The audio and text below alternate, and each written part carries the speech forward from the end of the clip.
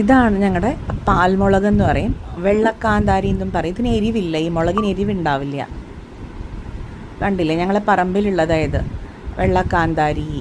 പറമ്പിലാണെങ്കിൽ ചേട്ടൻ ഇവിടെ വാഴകളും തേങ്ങയുടെ തൈയൊക്കെ നട്ടിട്ടുണ്ട്. അതേ പൊരിഞ്ഞ വെയിലത്ത് ആ ചേട്ടൻ പണിയെടുത്തുകൊണ്ടിരിക്കുക. കണ്ടില്ലേ, പുതിയ പുതിയ തൈകൾ നട്ടുകൊണ്ടിരിക്കുക. ഇത് നോർമൽ ഞങ്ങളുടെ കാന്താരി, പച്ചക്കളറുള്ള കാന്താരിയില്ലേ, പച്ചക്കളർ കാന്താരി കറിയിലും തൈരിലും സാമ്പാറുണ്ടാക്കാൻ, പിന്നെ വേപ്പില, അത് ഫ്രഷ് വേപ്പില, ഇതെല്ലാം പറിച്ചിട്ട് ബീൻസിൻ്റെ തോരൻ ഉണ്ടാക്കാനൊക്കെ വേണ്ടിയിട്ട് എടുത്തതാണ്. ഞാൻ പച്ചക്കറി എല്ലാം കഴുകിയിട്ട് കുറച്ച് വെള്ളത്തിലിട്ട് വയ്ക്കും കുറച്ച് നേരം, എന്നിട്ട് എടുക്കത്തുള്ളൂ. സാമ്പാറിനാണെങ്കിൽ കൂടുതൽ വേവുള്ള സാധനങ്ങളൊക്കെ പരിപ്പിൻ്റെ കൂടെ ഇട്ടിട്ട് വിസിൽ ഇതാക്കും. പക്ഷെ ബാക്കിയുള്ള സാധനങ്ങളുണ്ടല്ലോ, ലൈക്ക് മുരിങ്ങാക്കോല്, ഈ വഴുതനങ്ങ, വെണ്ടയ്ക്ക, അതൊന്നും ഞാൻ ഈ കുക്കറിൽ ഇടത്തില്ല. അതൊക്കെ പേസ്റ്റായി പോവും. സെപ്പറേറ്റ് വെള്ളത്തിലിട്ടത് വേവിക്കും. കണ്ടില്ലേ, മുരിങ്ങാക്കോലും വഴുതനങ്ങയും. പിന്നെ അങ്ങനെ സാമ്പാർ റെഡിയാവും.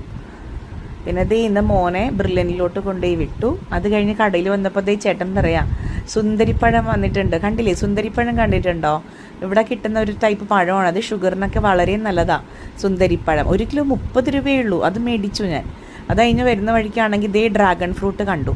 ഡ്രാഗൺ ഫ്രൂട്ടിൻ്റെ പിങ്ക് കളർ എന്തൊരു ഭംഗിയാണെന്നറിയോ കാണാനായിട്ട്. ഇതിന് കിലോ 200 രൂപ എന്ന് പറഞ്ഞു. 1 കിലോ ഞാൻ മേടിച്ചു. 1 കിലോയ്ക്ക് എനിക്ക് 4 എണ്ണം കിട്ടി. ചെറിയ ടൈപ്പാണ് നോക്കി മേടിച്ചേ.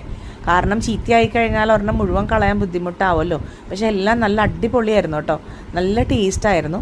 ഈവനിങ് അതിരുന്ന് കഴിച്ചു. അടിപൊളിയാണ്. കണ്ടില്ലേ, തൊലിയൊക്കെ നന്നായിട്ട് വരുന്നുണ്ട്. ഡ്രാഗൺ ഫ്രൂട്ട് എനിക്ക് ഭയങ്കര ഇഷ്ടമാണ്.